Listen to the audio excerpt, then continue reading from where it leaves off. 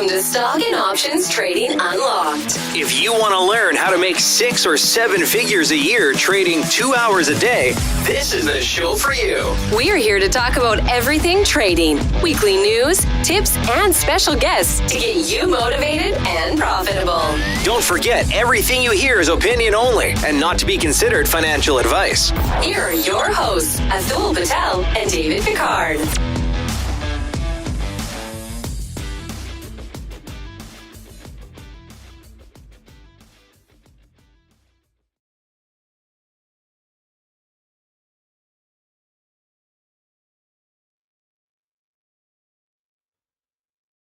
Okay, good morning, everyone. Let's see.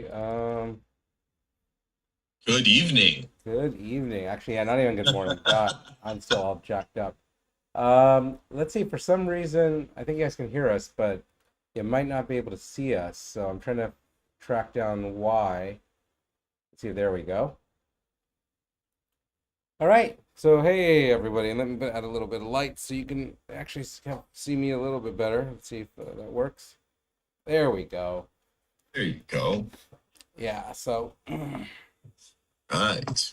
Good evening. Welcome, everyone. it's really weird. Sorry, I'm just trying to get to the better spot. Checking Maybe yourself there. out. Yeah, there we go. Now you guys can see much better. God, what a week! A couple weeks. I mean, we missed last week. I was crazy sick.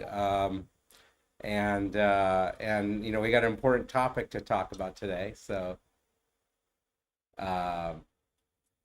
Yes, we do. you know, Risk management, right? it's definitely, I think, one of the ones that's close and dear to everyone's hearts, and It should be, at least if it's not, right? yeah, and so we'll talk about that. Been having some wild moves. Last week we had I think it was a 20 bagger that we planned out, or 20 or 50 bagger or something like that. Huge. And then this week we had one as well. And actually, I totally missed it. I called out the SPY puts, and instead of what I normally do, the SPX on certain days, and for some reason I didn't do SPX, and it cost me quite a bit. I mean, the SPY puts did okay. They went from $1.30 to like, I think $7 or $6 or something. But the equivalent in SPX puts at the same time went from $4 or $6 to $50.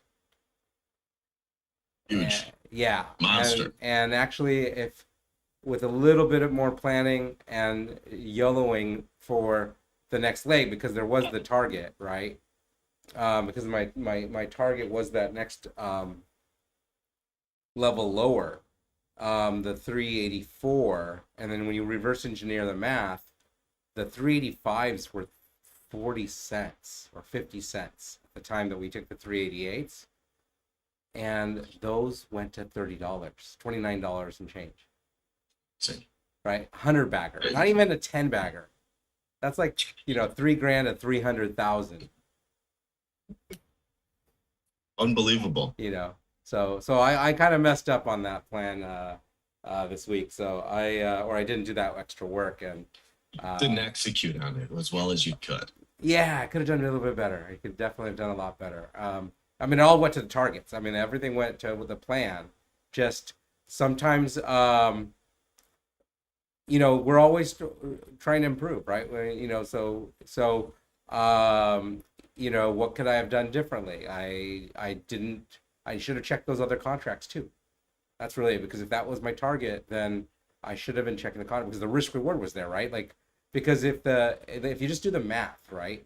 If the target is 384 or 3840, and the 3850 is for 50 cents or less, that means even if it just hit the first target, right? Not even the 380, but if it just hit the first target of that 384, that's $10 from 50 cents.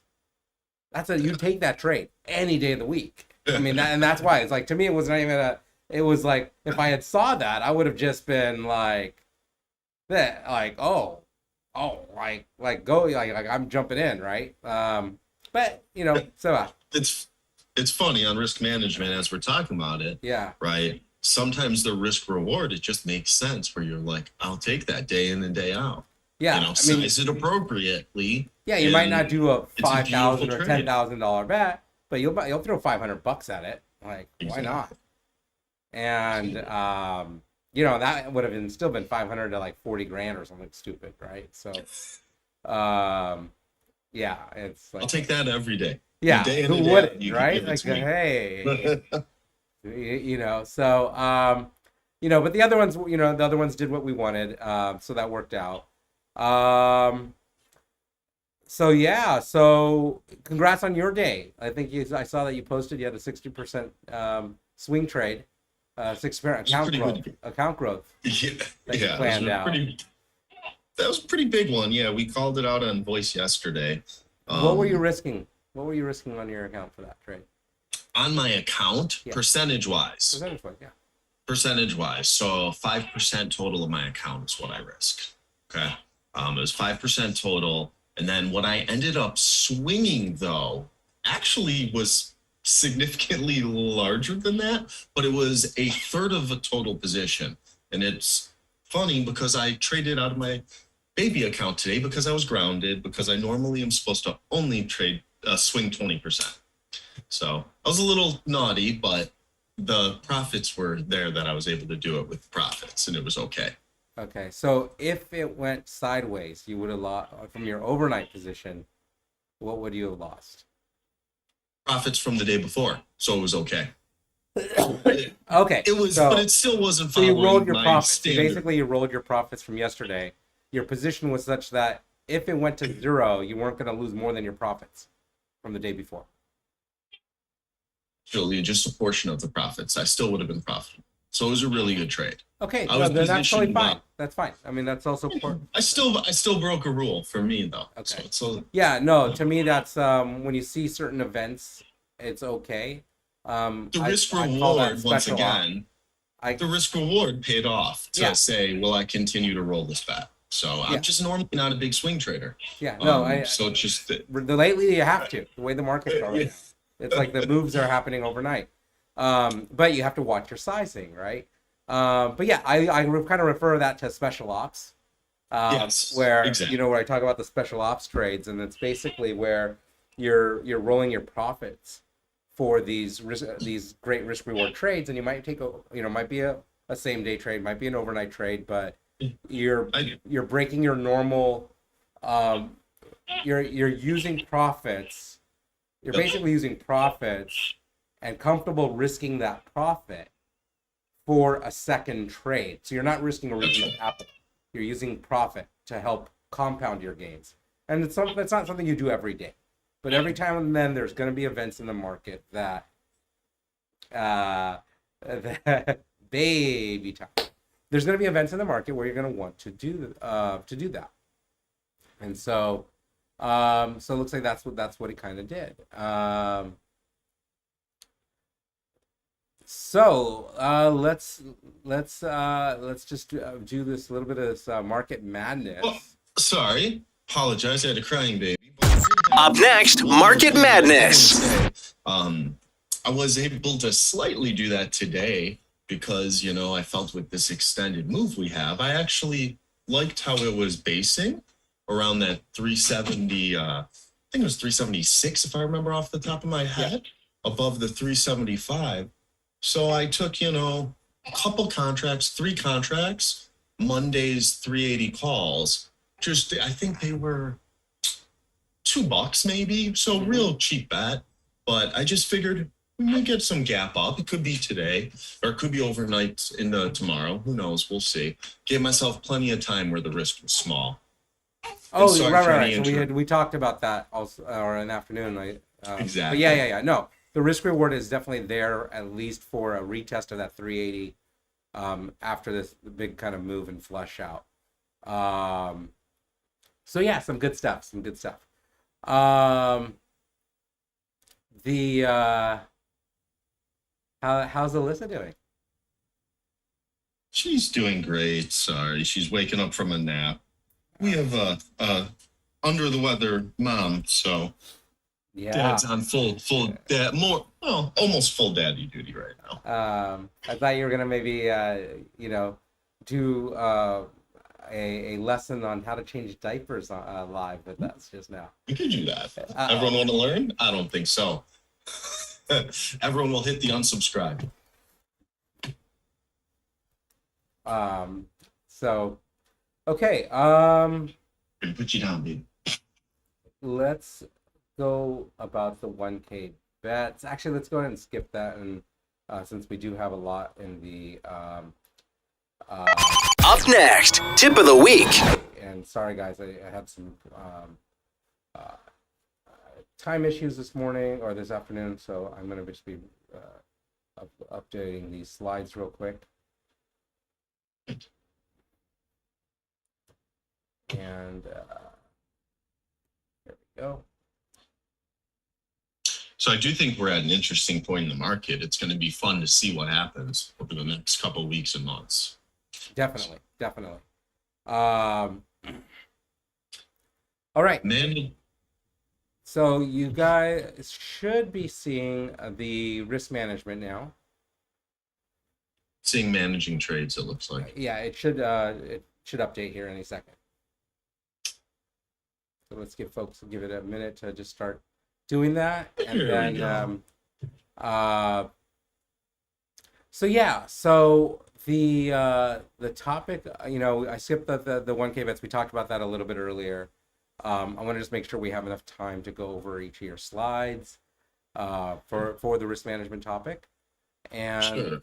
and so, guys, I mean, trading is a business, right? And it's actually a very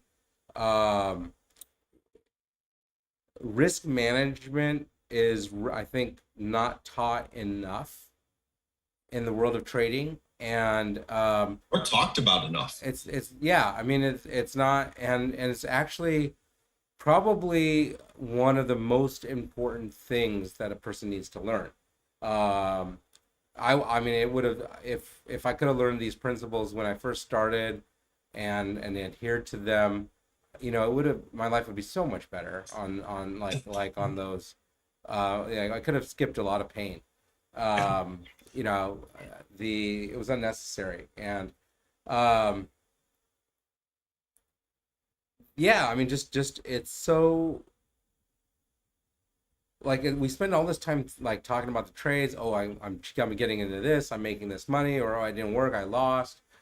But how much, right? Like, how is everything you're doing supporting your trading business, and protecting your trading business?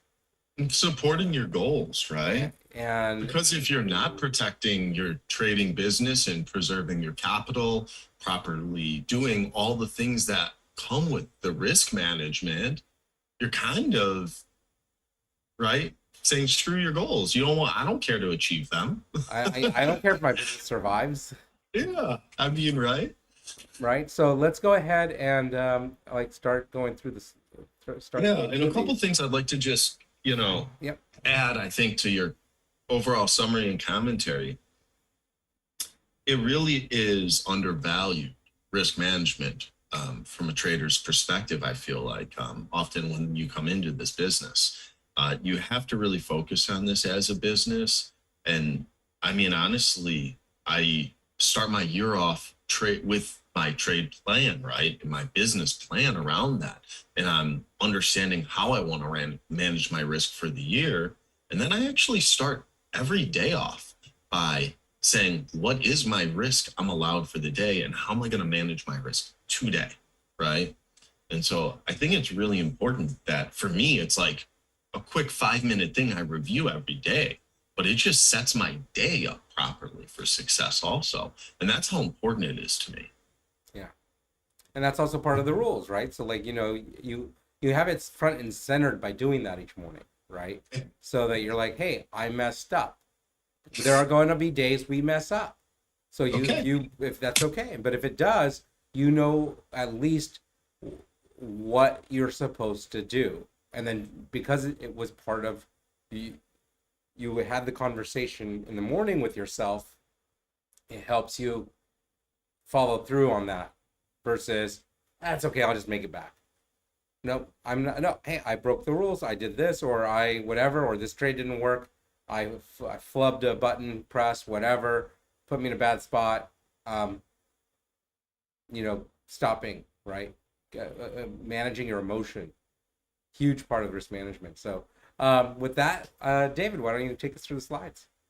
Sure, absolutely. Yeah, I think there's and please add in everywhere you see that, there's something of value to add.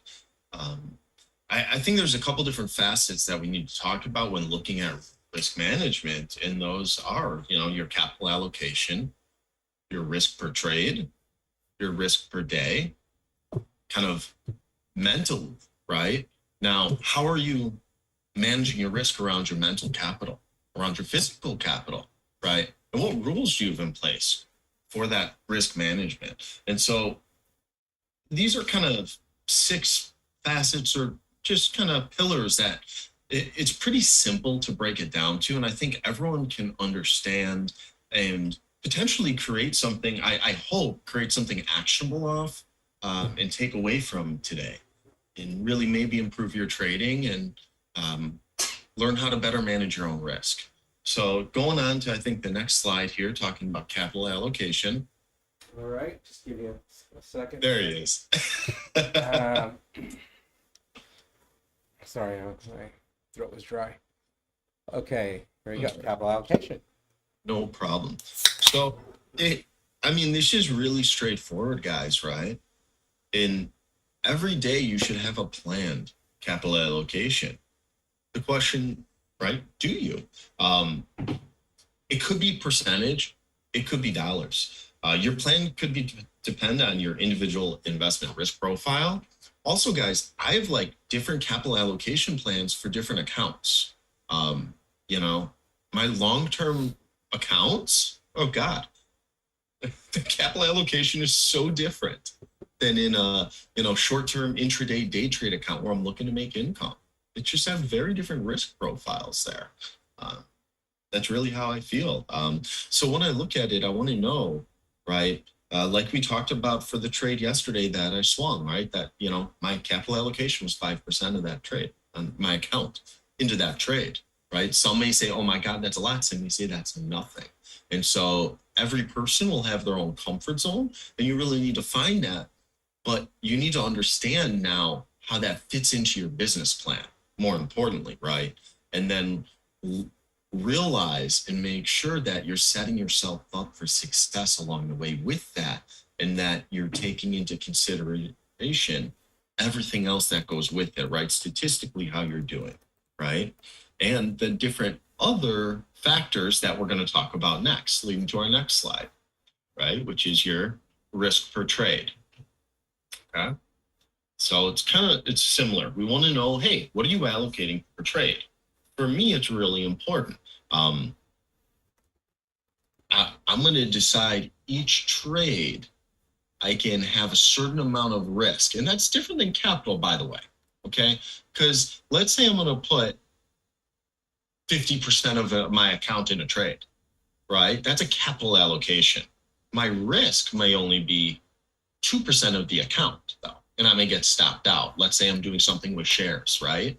It may take, Amazon shares, Google shares. It may take a significant capital allocation. Now, I'm not saying that's a recommendation I'm making, but I'm just saying that's the clear difference between your capital allocation and your risk per trade, okay? Same thing, everything, guys. This is independent for your individual investor as well as your account risk and profile. Now, why is this important?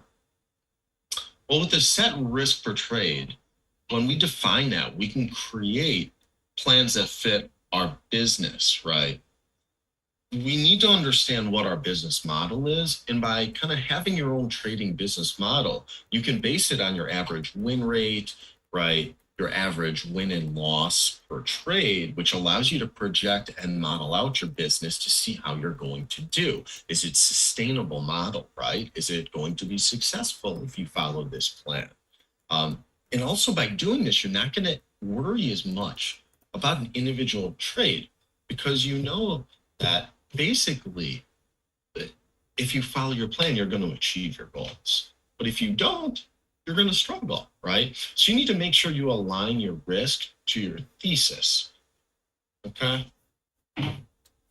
Absolutely. Now, when and just to add to that, like, you're going to have a risk per trade. You should have something that's comfortable for you. Okay.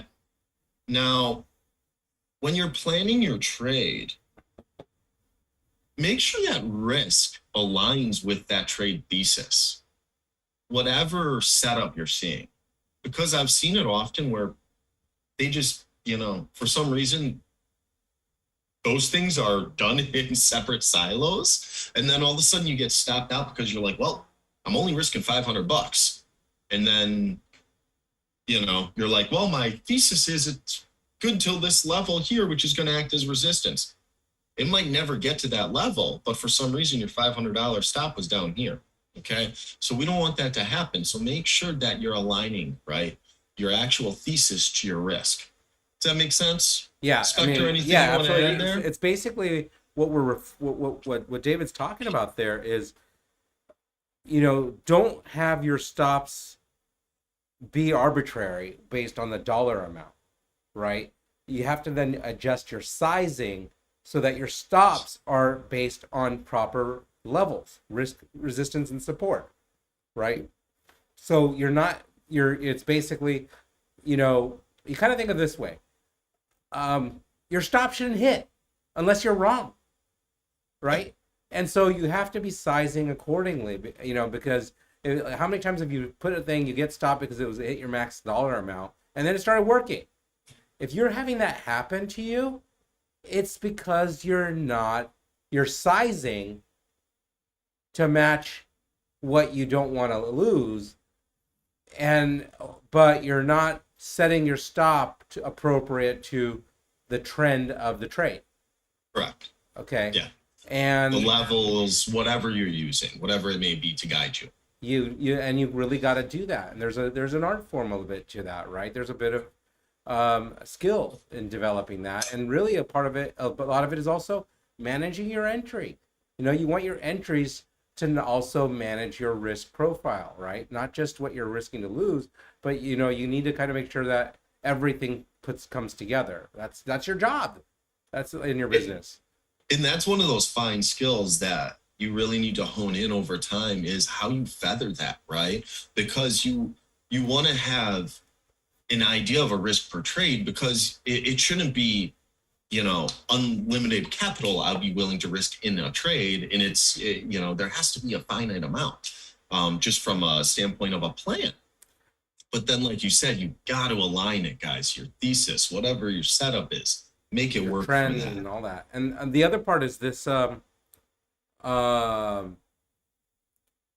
when we talk about sizing to what you're comfortable with, you might be a big gambler, and what you might be comfortable risking may not necessarily be what's smart for your business. Okay. I mean, that just, that's just kind of like how people are, right? Some people are willing to take on way more risks than they should. So this comes back down to when you're sizing and figuring out how much you're going to risk, how many times are you willing to be wrong and have your business still be able to be alive? Think about that. Okay. In your risk management. So it's not just what you're comfortable with, it's what is it you're willing to lose, and assuming you lose and you have a losing streak, that you're still able to continue to run your business. And I think that goes well into our next slide, right? Okay. Where we'll talk about your risk per day. And that exact reason is kind of the reason you want to know a specific number defined risk per trade and per day. So you should have an allocation on where you're saying, hey, here's how much capital percent of my account I plan to risk per day. Now, same as before, guys, individual investor, your risk profile, accounts will all help you plan and define that. But now, why should you have a limit? Really? So let's think about that. Well, a couple reasons, right? You should have a hard limit that's based on your trading plan. Well, like you just talked about, you want to be in business. So to do that, you have to be sustainable, right? If you have an account, how many losses can you take in a row? So, you need to know what's your longest losing streak? Are you aware of that? Those are good things to be aware of. Setting hard limits to your risk based on your sound trading plan, business plan, that allows you to make good business decisions. Sometimes it is best to just accept a loss, close up shop on the day when you're not aligned and you're not seeing the market or executing trades well, right? So now what can happen if you don't do that? Well, one, you're going to make emotional decisions most likely. You may revenge trade. It honestly puts you at risk of blowing up your account. All things you don't want to do. Absolutely. And we got to remember, there's always another trading day, guys. There's always another trading day. And then, for a lot of my philosophy is I like taking the trades on the easy money. And you know what? Mornings for us, the first couple of hours is where the easy money is. So Absolutely. if we know that and it's a couple of hours in, why keep trying to force a bad trading day to be a great trading day when I know there's going to be another good trading day tomorrow, probably, with a high probability? I just have to wait till tomorrow. So eat the loss and come back tomorrow. Sometimes it's the best decision you'll make, right? Gives you a If you have chance to $1,000 stop on the day and that's your risk on the day, could save you a couple grand. You never know. Mm-hmm. You have to make it back itis. You start revenge trading, oversizing. It's capital destruction 101. And I can't tell you how many times, actually, that afternoons have probably destroyed more of my own capital than any other time frame. It's interesting I don't know why the afternoon does it. I think it's because as you're the clock is winding down on the day, it makes you feel like, hey, I got this much time left to make money. Maybe it's something with that. I think that's part of it. I think the other part of it, you're running out of time, especially if you're doing the same day contracts. Oh yeah, big time. And then you have a lot more swings in prices. But I also think a lot of it has to do with mental capital, right? So you wear down if you're not doing other things, you're just emotionally get worn down, that all the different rules, all the different things that make you a good trader, all that discipline gets worn down, right? That's work. Being disciplined is work, right? And so it's kind of like, maybe, if you're like a kid and who loves and a sweet tooth, and if you're like walking inside of a cake shop all day long and you're just pacing that cake shop for 6 hours, I bet you're gonna go get some cake, even though you already had 3 slices in the morning, and you're still pacing there, and you're just gonna still do it. It's not good for your health. You're gonna have some more. You're gonna have some more cake. You're there. It is what it is. You're not supposed to. It's not healthy, but you're still gonna do it. So you gotta be aware of that, man. You gotta aware of that risk, that it's do what you need to do to reduce that risk. And that's why a lot of folks who trade with me know I leave. I set my positions, I make my plan, I put my stops, I've locked in some profits. And then I'm like, okay, whatever's going to happen is going to happen, but I got to leave, right? And that's helps my account, actually. When I leave, it actually helps me to go spend some of my profit. Versus giving it back. Versus giving it to the market, right? I might as well, if you know that you have a history of giving money back, why not, like say that you regularly make a couple grand in the morning, but then if by the end of the day you end up either red by $1,000 or only up $500, then if you know that that is a consistent behavior, is it worth your risk to stay for the day? Probably not. No, go do something good, guys. Go do something good. Go bless people. Yeah, Go to Target and I've done pay that. for someone's random stuff. Go I've, to Starbucks, pay for the line behind you. Blow your money a different way by helping people out. I mean, I've done that. we'll talk. I've gone to Target. We'll talk about that later in the buy rules. some gift cards probably. and just go. Hey, you know what? I'm just gonna go to Target and do something stupid. I had a $5, a large, trading day, whatever, and I might go. Hey, you know what? I'm gonna take $500 and just, make $10, $50 gift cards and just hand it to random people. There you go. Exactly. And it's amazing, right? Like what that will do for people, and what it even does for yourself, right? Because you can give freely because you have confidence in your ability to trade, right? And you did the right thing because hey, look, if I stuck around, I would have blown $1,500, right? Because that's your history. You know that. It's right? not positive for you at the end of the day. It's like positive because you're doing good and you're saving yourself money. Yeah, it's like it's actually like selfish at this point. It is selfish. Hey, I'm giving this, but really, I'm helping me. Yeah, right. So let's go to the next slide. Sounds perfect. Okay, that sounds mental. perfect. And there will be more on that later. We'll definitely talk about that. The next one's a really important one. Now, while it's outside of trading as a general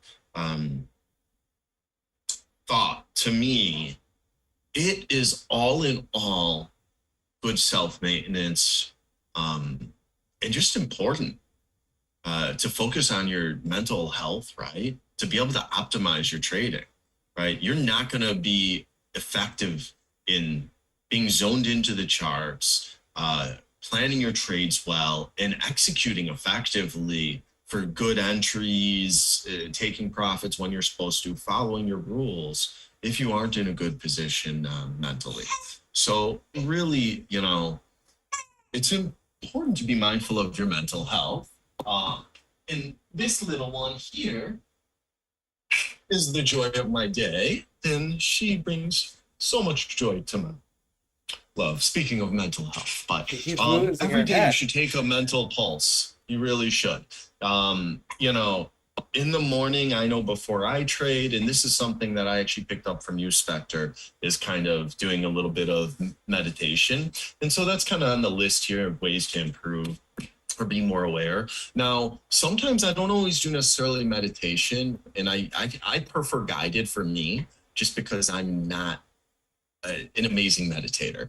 But one thing I've gotten better at over time is mindfulness in breathing. So I like doing both of those. Sometimes doing different breathing routines. It's just very soothing, very calming. Sometimes being mindful. And if you're not sure of mindfulness and different ways of, practicing it, there's a lot of guided mindfulness routines you can do as well, which just really walk you through closing your eyes, breathing and feeling your body, and just kind of being aware of everything, guys. And just do this self-check. Mental health is so important in our day and age, guys. Take care of yourself, take care of your loved ones, your friends. It's just really important all in all. I know for me, right after she was born, it's hard to get adjusted back into trading, being sleep deprived. I had a little, my dog was, had just had surgery, got found a little cancer. And so, those things affect you. Be aware, I sized down and had to be away from trading for a couple days. And then I had to come back real slow because I wasn't sure how, I would do. I was going to be zoned in properly or not. And, do you have anything to add with that? Yeah, actually, think about mindfulness. Some people are like, oh, that's all this, new age or whatever age kind of craziness. I don't need that. But think back at anytime you've really kind of wanted to focus and get something done, You know, you might even be doing it without realizing you're doing it. You know, think about when you've said, hey, you know what, I have a lot to do today. And you go and make a list, right? You don't just start, you know, you're actually just kind of going and making a list. And then you're thinking through, hey, what do I need to get done? What am I going to do today? That's actually a form of mindfulness, right? You're thinking about your day, you're planning it out, you're taking time to get focused. Same thing with trading, right? Maybe if you know, for when you're playing sports, right? When the team gets together and you kind of just get recentered and say, hey guys, what are we gonna do together? What are we gonna accomplish? What do we want to you know, focus on? And as the game develops, like, that is, again, it's a form of mindfulness. What are we going to be doing? You know, checking yourself, going, oh, hey, okay, I'm usually a hog on the ball, and no, I need to make sure I pass, right? If I want to win this, I got to pass, and so, but knowing that about yourself can help you, you know, and just bringing awareness to it can help change your behavior for when it's time to act. So Absolutely. the thing about trading is, it's basically kind of like a high performance activity, and so when it's time to act, it's time to act. When it's time, you know, and then there's a lot of time to do nothing. Being in control and centered and mindful of that and yourself should support your ability. Maybe you have a lot of self-doubt, okay, and how you're trading, or maybe you've been on a losing streak. Okay, how are you going to get past that? Going through and even recognizing I have self-doubt, and going from that to going, hey, look, I just need to do what I need to do, and I'm going to risk what I'm willing to risk. And if you're like at a point where I can't risk $100 on a trade, then you have a bigger issue that you need to go through and address before you should get back to trading. Because everything we do is about risk management. Everything we do is about risk reward. And if you're holding too tight, you're also not really ready to risk, in which case that already tells you that you're not ready to trade today. Okay. And you know, and that all falls under this risk management, right? Recognizing that, hey, am I willing to risk, right? Am I willing to risk? Not everyone is. Yeah. And one of the things that you may have noticed that Spectre just highlighted about really what mindfulness can be, and it's also something you'll notice that I talk about me doing every day in the morning. I'm creating mindfulness around my risk management rules. What is the allowed risk for the day, for the trade? That's why I spend that 5 minutes focusing on it, because then it's top of mind. I'm mindful of it throughout the day, guys. It's routine. You don't need a lot of time. It doesn't need to be like a 1 hour activity. 5 minutes, 10 minutes, 3 minutes, 15 minutes, right? That's all you need to get centered, right? Focus on, you know, review your rules, review your thinking, any emotional stuff you have going on in your life, put it into a box, going, I'll deal with that in 2 hours or in 3 hours. I'm going to deal with it later. I don't, you know, right now I got to do the task at hand. I'm going to come back to that in a couple of hours, right? And deal with that. But take that time to address that. And if you can't get it into the box, it's not a good day to trade. It's okay. It's okay. Make it okay. I'm probably one of the few people out there that's always harping on don't trade. Like, and I love trading, but I'm always harping on don't trade, okay, when you're not in a good spot to trade. So, all right, I think we've hammered the mental side a bit. I'm going to move to the next slide. Talk about beating a dead horse.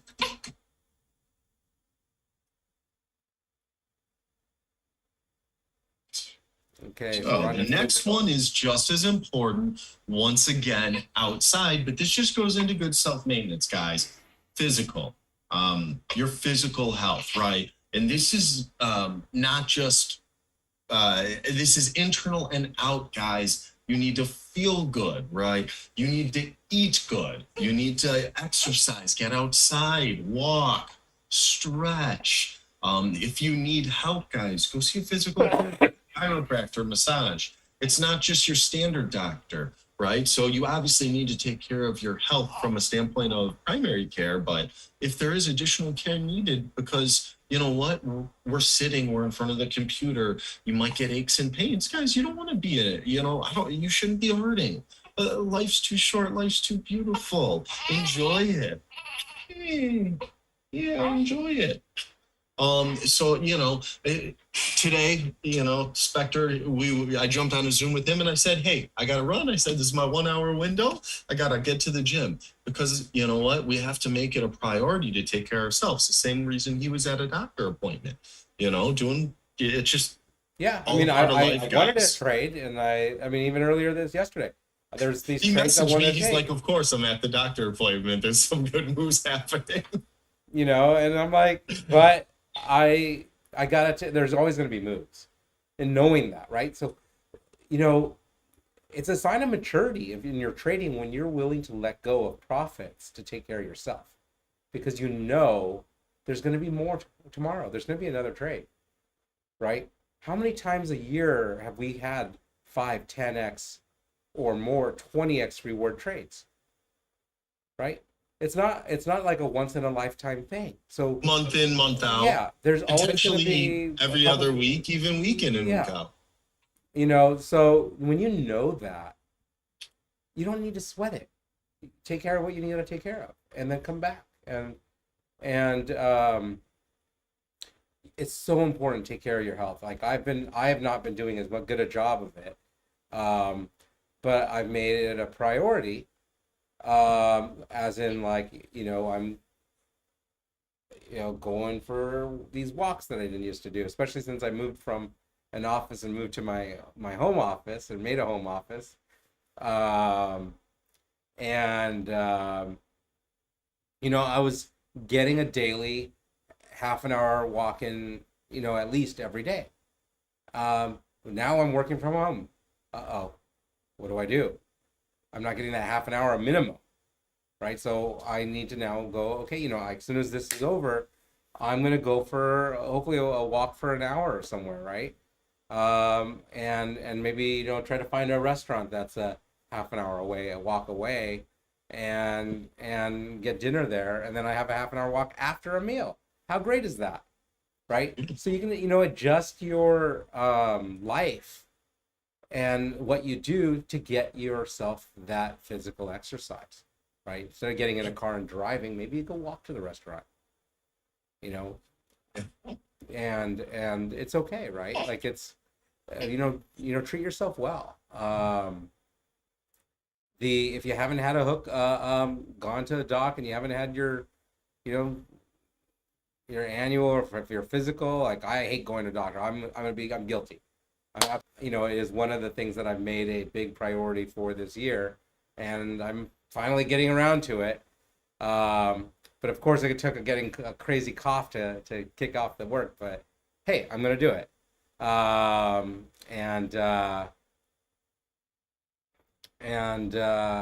So let's see if how things develop over the next 6 months. I'm pretty excited for it, and to get the okay to get back to heavyweight training and everything. That's right.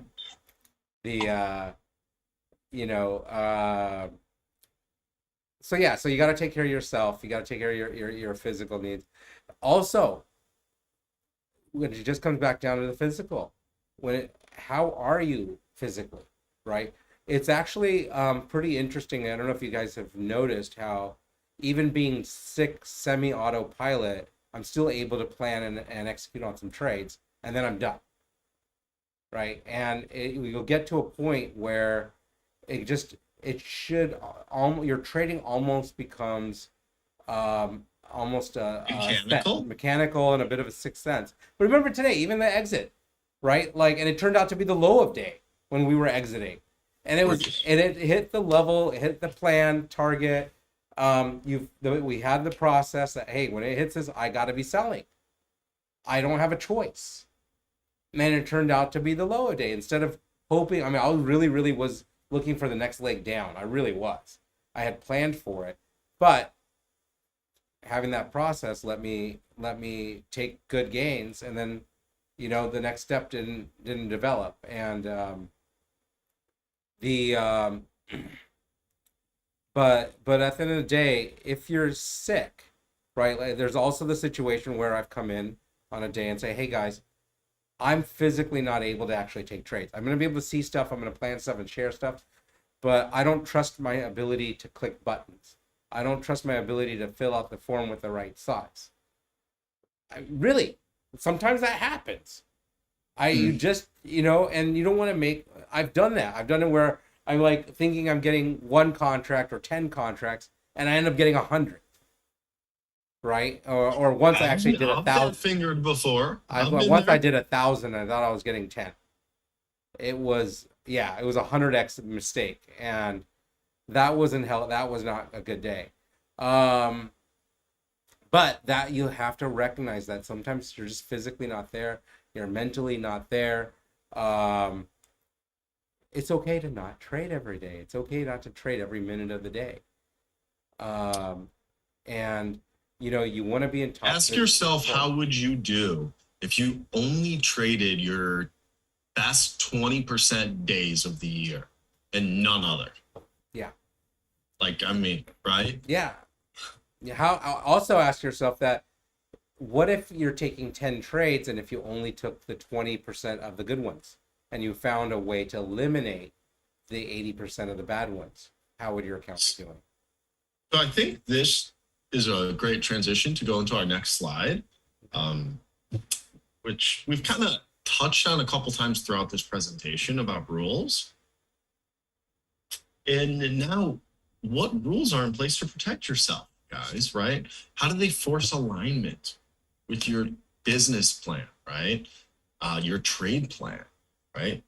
What rules do you have in for the capital allocation, the risk, for mental and physical state? What happens when a rule gets broken? So those are all really important. And you've heard me talk about how, like, I start my day, that habit, and then that sets my rules for the day, because the account, for me, my account value is fluctuating. And I have to do my homework in the morning and say, hey, what are my rules for the day today? And that's what I do, right? So those are my largest rules. They're usually around my risk management, right? Capital allocation, risk per trade in the day, as we discussed. Really important to have mental and physical rules. I did mention how recently I wasn't in the best headspace, right? And that was another rule where I said, you know, I'm probably gonna have to slow down, not trade a couple days, and then slow roll back into it. A good example is, I know there's some traders who get migraines, right? If you're having bad migraines, or if you hurt your back and are in pain, you know, the markets, these are non-market variables, but they can absolutely impact how you plan, manage, and execute your trades, guys. So don't let it. Just don't. Think about it. Either follow and set rules that are all to guide your success, and also follow and set rules that prevent you from hurting yourself or doing things that you know aren't good for your account, or maybe not even that, just aren't giving you your best foot forward. Let's put it that way, right? Maybe it's detrimental to your account to trade, right? Oh, I'm under the weather today. But you know what? I'm probably not able to see, or I don't feel as good as I was if I was 100%. Maybe I shouldn't trade. Maybe I do a quarter size, right? Those are all fair things to do. It's okay. And you know, if your normal goal is $500, if you make $200 one day, is that going to be a problem? Are you going to, you know, you're not going to lose your ass over it. I'll tell you that. Excuse my French, but you know, it's just the reality. So guys, protect. I also think it's really important to have a punishment for when you break a rule. I like mine to be for a good cause. You know, it's just you need to make it though be impactful, so it reminds you not to do it. Every month I try to send pizzas for dinner to the local PD fire department, just because I know a couple of them and they're all good guys, right? But recently, when I've broken a few rules, I said, you know what?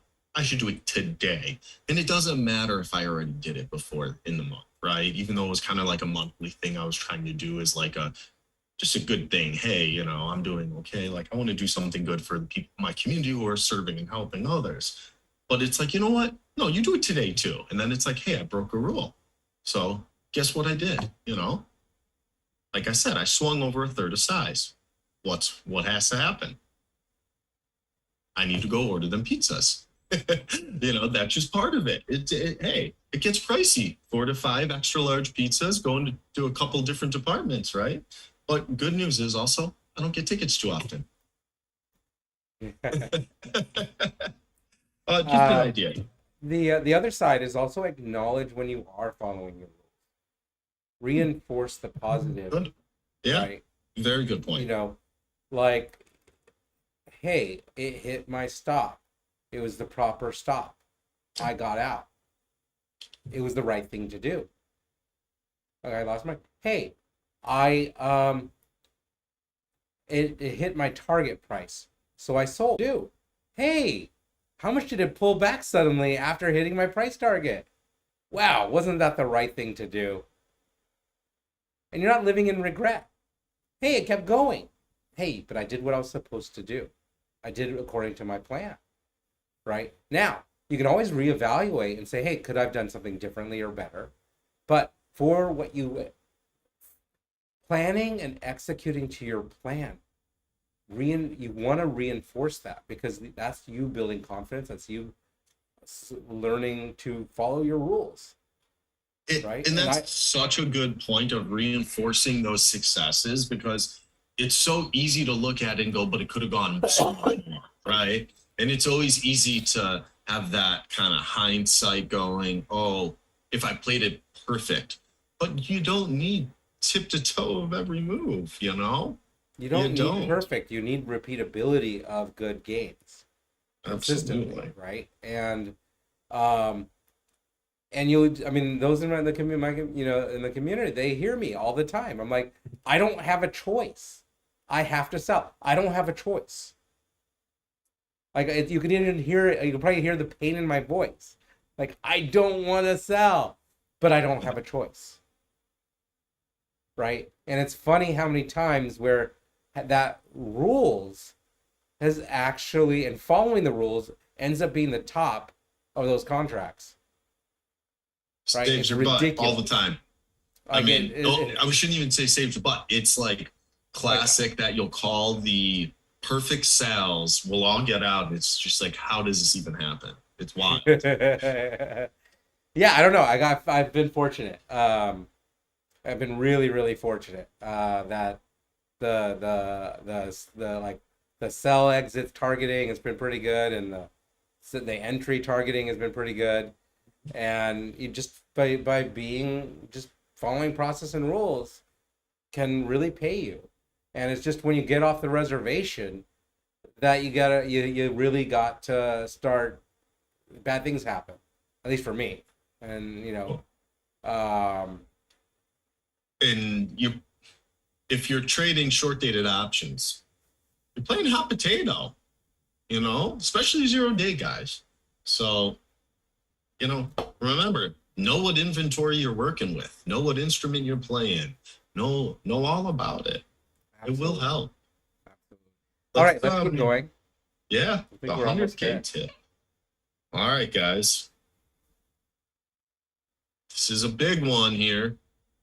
Adhering to your risk management and rules can improve your account growth by over 500%. Highly recommend tracking your losses when you don't follow them.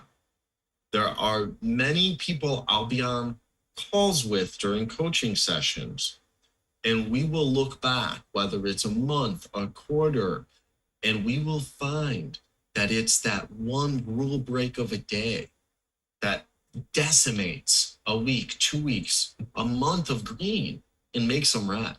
And you remove that and you look statistically, everything just changes. It's amazing, right? You might have one blowout trade that completely just your, average loss just goes because of it. You may be an average loss of 300, 300, 300, 300, and then all of a sudden you hit a 3,000 and it's like, wait, what? It's like unacceptable, guys. Don't do that. Track your losses when you're not following your rules. I promise you. Yeah, because think about that. If you start tracking the losses and which trades were when you broke your rules, that can help you reinforce that, wow, if I had just followed the rules, where would I be? And don't be surprised that when you followed your rules and you take out those bad trades, your account might be up 500% more than what it was up or down, or however your situation is without those trades, right? So let's just say that maybe you're at the end of the going, you've gone from 10,000 to 12,000. Let's just, talk small numbers. And if you take out those bad trades, you might suddenly realize that you might have been up at, it's not 10,000 to 12,000. You might have been from 10,000 to 22,000 on the month. But because you weren't following your rules, you inhibited your growth. I'm going to say that one more time. Because you didn't follow your rules, you end up inhibiting your growth. It's powerful. So really, really think about that. And, and then if the rules are not supporting you, maybe you don't have the right rules, okay? And maybe you're struggling. And that's where we come in. We can help you, right? We can help you develop those rules. We can help you, look at how your trading is going, where it's good or bad, right? We have a 12-week program. Where you're going wrong. You can always just sign up for like a 6-week or a 10-hour coaching series session, where you can get some one-on-one time. And with experienced traders, like we're here to really help you grow, and so with that, that's where again the solution, right? Where Edamomo comes in is we're here to help support your trading business, right? Your 2-hour trading business, especially. You don't need to start from scratch. You don't need to figure this all out. We've done a lot of the heavy lifting, right? And then now it's really about how can we help you support on you in your trading journey, right? There's a lot of aspects to the trading business, but you don't have to go it alone, and you can absolutely reach out to us for support to help you build that business and get you to the goals that you really you want and have, and you've been working hard toward getting, right? So Candy, just to answer your question, every month. So the way I work is every month I draw my account down to a certain balance, and this is my specific 2-hour trader account, and that's the one that I use for my income. That's my income account. So every month I draw that back because I need to pay myself. It's important. Yeah, and you can have a rule for that. I do. Yeah, right. No, I like to move it. It's just, honestly, you'll find the way we trade, you don't need to be risking a massive amount of money to make some amazing, amazing income. It's great. It really is. I hope that answered your question, Candy.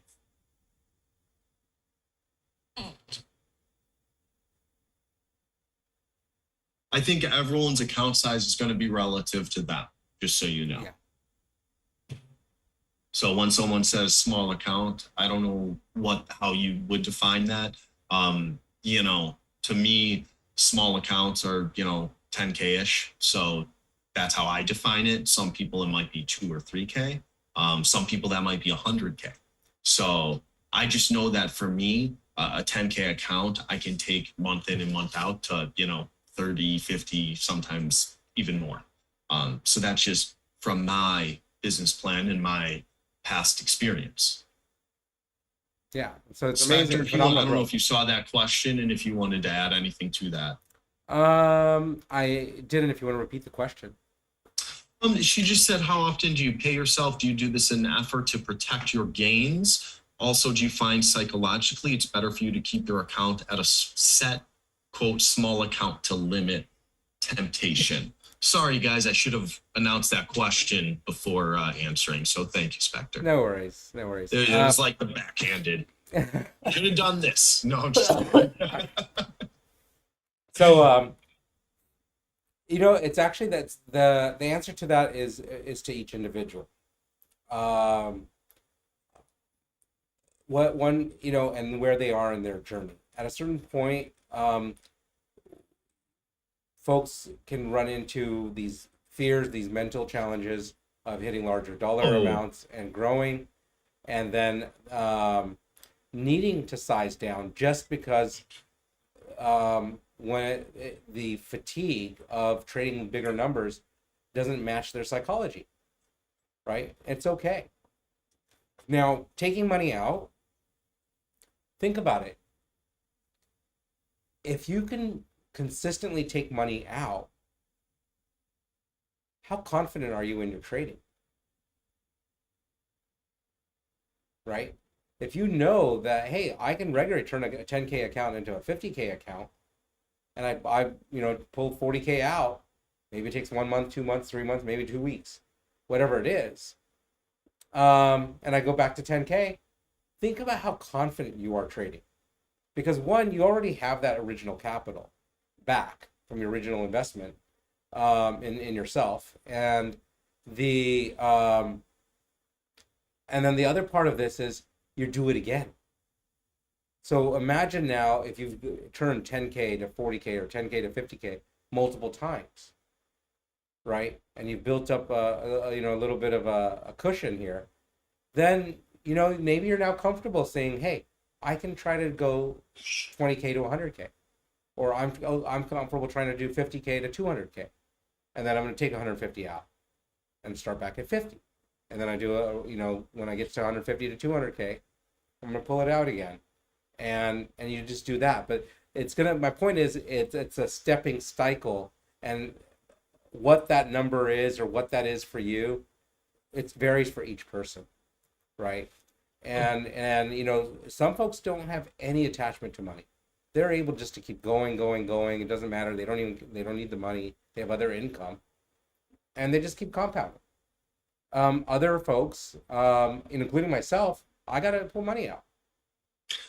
I like doing other things. Yeah, and that's another thing is actually you can use that capital that income to invest in other income streams, right? And so think about that, okay? And we'll be at some point adding. I tend to go take it and put it in down payment into a rental property. Yeah, create some cash flow. That's the whole goal at the end of the day is for you to have cash flow without you having to work every day. So, not that I think a couple of hours a day is really work. I'm not sure. But I love trading. Yeah, it's definitely not work. So okay. With that, I just want to say thank you everybody for coming and joining. Be sure to comment and share and reach out to us. Ask for whatever questions you might have. We're here for you. Yeah, definitely like, share, retweet. Let folks know about what we're doing and share with your friends. And if you think we can help yourself or someone get in touch with us. So with that, thank you everyone, and we'll see you next week. Absolutely. Thanks, guys.